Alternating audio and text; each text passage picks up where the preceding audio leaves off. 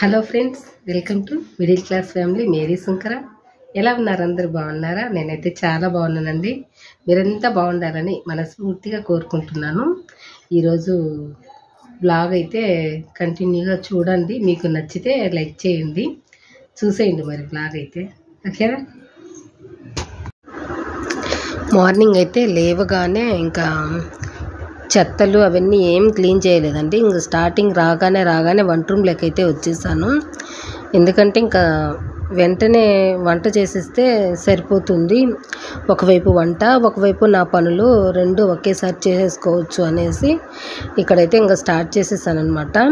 First అయితే ఇక్కడ నేను పొంగల్ చేస్తున్నానండి మార్నింగ్ బ్రేక్ఫాస్ట్కి. ఇంకా నైట్ చేసిన పచ్చడి అయితే ఉంది, శనగ్గింజల పచ్చడి అయితే నైట్ చేశాను. బాబు చపాతీ చేసి నాకు శనగ్గింజల పచ్చడి చేసి పెట్టమ్మా అంటే చేశానండి. ఇంకా అది ఎలాగో ఉంది కదా, ఇంకా మరుసటి రోజు తినలేం కాబట్టి ఇంకా మార్నింగే అయిపించేద్దాము బాగుంటుంది అనేసి పొంగల్ అయితే చేస్తూ ఉన్నానండి. బాగుంటుంది పొంగల్లోకి. ఇదిగోండి, ఫస్ట్ అయితే ఒక గ్లాసు రేషన్ బియ్యం తీసుకున్నాను. హాఫ్ గ్లాస్ వచ్చేసి పెసరపప్పు అయితే తీసుకొని మంచిగా క్లీన్ చేసేసి అందులోకి ఒక 5 గ్లాసులు నీళ్ళు అయితే వేసేసానండి. 5 గ్లాసులు పర్ఫెక్ట్గా సరిపోతుంది పొంగలికి. మరీ గట్టిగా కాకుండా అంత లూజ్గా కాకుండా కరెక్ట్గా సరిపోతుంది. ఎవరికైనా క్వాంటిటీ తెలియకపోతే చెప్తున్నాను క్వాంటిటీ పరంగా అయితే. ఎందుకంటే ఇప్పుడు కొత్తగా చేస్తూ ఉంటారు కదా, అటువంటి వాళ్ళకు యూజ్ అవుతాయండి నా వీడియోస్ అయితే. ఇన్ఫర్మేషన్ అయితే అలా ఇస్తూ ఉన్నాను. ఇంకా అలా 5 గ్లాసులు వాటర్ అయితే వేసి పక్కన పెట్టేశానండి. ఇంకా ఇక్కడైతే స్టవ్ క్లీన్ చేసేసాను. ఆల్రెడీ మా ఆయన అయితే వాటర్ అయితే పెట్టేశారండి. అటువైపు స్టవ్ పైన అయితే వాటర్ పెట్టేసి ఇంకా ఐరన్ అయితే చేస్తున్నాడు పిల్లలకి, మా ఆయనకి. మార్నింగ్ ఇదొక డ్యూటీ లాగా అయిపోతుంది అనమాట. మా ఆయన లేవగానే చేసే పని ఏంటి అంటే బట్టలు ఐరన్ చేసుకోవడం అండి. మా ఆయన బట్టలు, మా పాపయ్యి, మా బాబుయ్యి ముగ్గురిటి ఐరన్ అయితే చేస్తాడు. గంట టైం అయితే పడుతుంది. నేను ఇక్కడ ఇల్లు క్లీన్ చేసుకోవడానికి నాకు గంట పడుతుందండి. అలా ఇద్దరం స్టార్ట్ చేస్తాం అనమాట. ఒక పని ఆయన చేస్తారు, ఒక పని నేను చేసుకుంటాను ఇంట్లో పనులు అయితే. ప్రతిరోజు ఇలా ఏం ఉండదండి నా డే అయితే మాత్రం. ఫస్ట్ లేవగానే ఫస్ట్ ఇల్లు అయితే క్లీన్ చేస్తానండి. ఇల్లు క్లీన్ చేసేసి ఆ తర్వాత బయట కూడా క్లీన్ చేసేసి ముగ్గులు పెట్టేసి ఆ తర్వాత స్టవ్ దగ్గరకు అయితే వచ్చేస్తాను. ఈరోజు ఏంటంటే ఇంకా ఇల్లు ఏం క్లీన్ చేయలేదు, ఫస్ట్ స్టవ్ దగ్గరికే వచ్చేసానండి. ఎందుకంటే రోజు లేట్ అయిపోతుంది, అంతో ఇంతో ఖచ్చితంగా లేట్ అవుతుంది. మా ఆయన అయితే చాలా బాధపడుతున్నారు నా వల్ల. అందుకనేసి 2 పనులు ఒకేసారి చేసేద్దాము. ఒకవైపు స్టవ్ పైన వంట రెడీ అయిపోతుంది, ఒకవైపు నా పనే అయిపోతుంది అనేసి ఇలా అయితే స్టార్ట్ చేశాను. ఈరోజు అయితే 6 గంటలకే స్టార్ట్ చేశానండి. ప్రతిరోజు ఏంటంటే 6:30కు వంట స్టార్ట్ చేస్తాను. 6 గంటలకు లేస్తాను. హాఫ్ అన్ అవర్లో చెత్త క్లీన్ చేసుకోవడము, బయట ముగ్గులు వేయడము ఒక హాఫ్ అన్ అవర్లో సరిపోతుంది అనమాట. ఇంకా మంగళవారం కదా, ఈరోజు ఏంటంటే నేను ఇల్లు మాపేం పెట్టలేదు మంగళవారం కాబట్టి. ఓన్లీ బయట మాత్రము మాపేసేసి ఇదిగోండి పసుపు కుంకుమ అయితే పెట్టేశాను. ఇల్లంతా ఓన్లీ వంట రూమ్ వరకు క్లీన్ చేశాను. వంట రూము, హాల్ అంతా ఓన్లీ తోసానండి అంతే. నువ్వు తుడవలేదు ఈరోజు అయితే.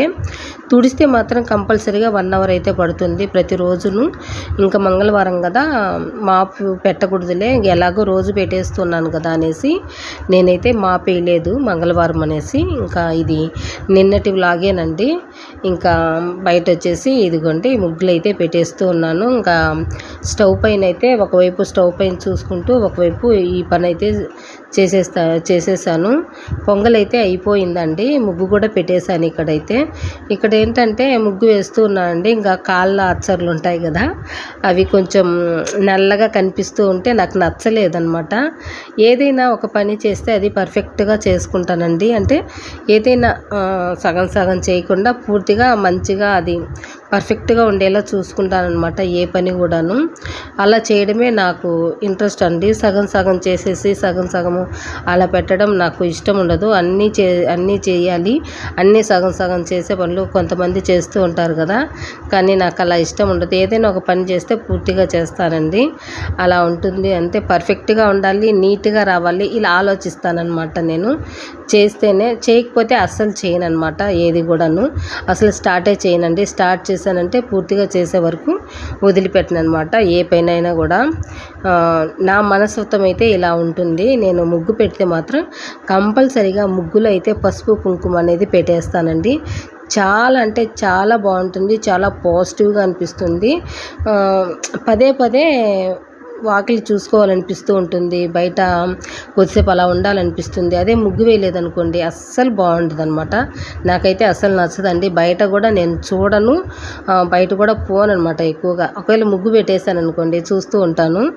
ఇట్లా ఎంతమందికి అలవాటు అనేది కామెంట్ సెక్షన్లో షేర్ చేయండి. ఇంకా ఇక్కడ చూసారు కదా, ముగ్గు పెట్టడం అయిపోయింది. పొంగలి కూడా ఉడికిందండి. ఒక 4 విజిల్స్ అయితే పెడతాను నేను. విజిల్స్ అయిపోయిన తర్వాత పక్కన తీసి పెట్టేసి జీరా వాటర్ కూడా పెట్టానండి స్టవ్ పైన. అవి కూడా ఉడికిపోయాయి, పక్కన పెట్టేశాను. ఇంకా ఇక్కడైతే పోపు అయితే వేసుకుంటూ ఉన్నాను. పొంగల్కి పోపు వేసుకోవాలి కదా, దానికోసం అనేసి ఇక్కడ ఒక 1 స్పూన్ జీలకర్ర, 1 స్పూన్ మిరియాలు అయితే కచ్చపచ్చగా దంచేసాను అనమాట. దంచుకొని కరివేపాకు కూడా క్లీన్ చేసి పక్కన పెట్టేసుకున్నాను. ఇంకా తర్వాత వచ్చేసి ఇదిగోండి, ఇంకా 2 ఇంగ్రీడియంట్స్ వేసాను. ఆ తర్వాత కరివేపాకు వేసి కొంచెం ఇంగువ అయితే వేసానండి. వేసేసి పోపు అయితే పెట్టేశాను. పొంగలి అంతా కలిపేసాను అనమాట. పొంగల్లో అయితే వేసేసాను. ఈలోపు కర్రీకి రెడీ చేసుకోవాలి కదా. ఈరోజు అయితే క్యారెట్ కర్రీ అయితే చేస్తున్నానండి. చాలా బాగుంటుందంటే కొంతమందికి ఒక్కొక్క రకంగా ఇష్టం ఉంటుంది కదా, కానీ ఈ టేస్ట్ కూడా చాలా బాగుంటుంది అనమాట. ట్రై చేయండి, నచ్చితే ట్రై చేయండి. ఇంకా ఇదిగోండి పొంగల్ అయితే కలిపేశాను. ఒకవైపు జీరా వాటర్ కూడా ఉడికించి పెట్టేశాను కదా. ఇంకా మా ఆయన నేను ఇద్దరం తాగేస్తే ఒక పని అయిపోతుంది. ఇంకా అలాగే ఇంకా మా పాప మా బాబు అయితే స్నానం చేసుకొని రెడీ అవుతూ ఉన్నారండి. ఈలోపు నేను పెట్టేశానంటే కొంచెం చల్లారిపోతుంది కదా, అందుకనేసి మా ఆయన అయితే హాల్లో ఉన్నారు. పిల్లలకు పెట్టేసేయి, చల్లారిపోతుంది, వేడిగా ఉందంటే తినలేరు, లేట్ అయిపోతుంది అంటే ఇంకా ఇద్దరికైతే పెట్టేశాను. చెనిగింజల పచ్చడి వేసేసాను అనమాట.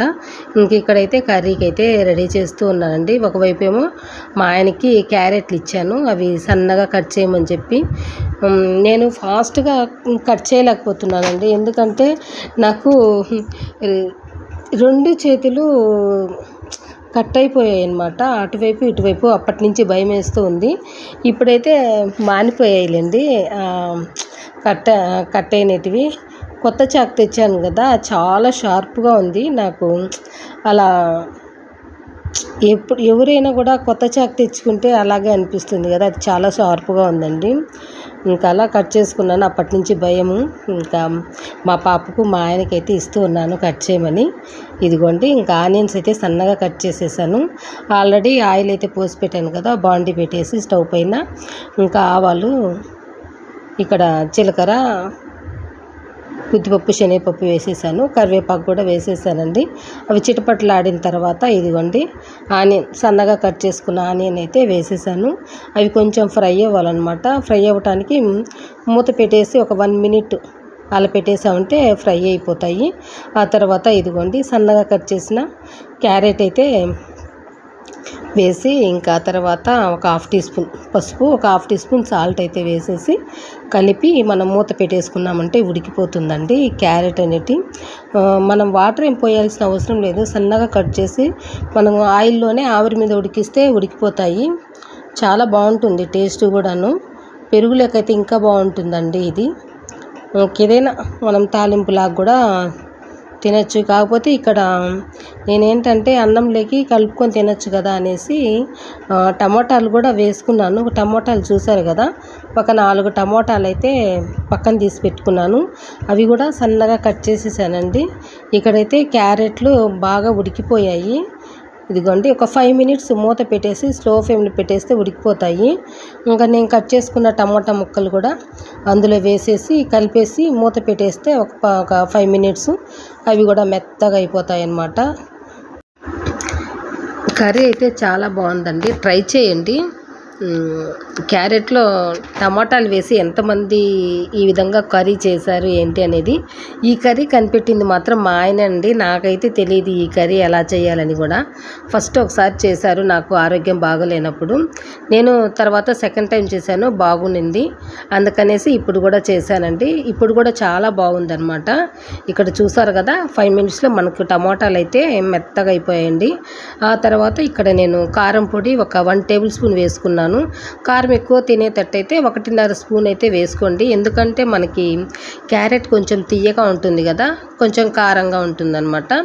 ఆ తర్వాత వచ్చేసి ధనియాల పొడి ఒక 1 స్పూను, ఒక హాఫ్ టీ స్పూన్ వచ్చేసి జీరా పొడి యాడ్ చేసేసి ఆ తర్వాత చిటికెడు సాల్ట్ అయితే వేసుకున్నాను. ఇంకా స్టార్టింగ్లో నేను ఒక హాఫ్ టీ స్పూన్ సాల్ట్ వేసుకున్నాను కదండి.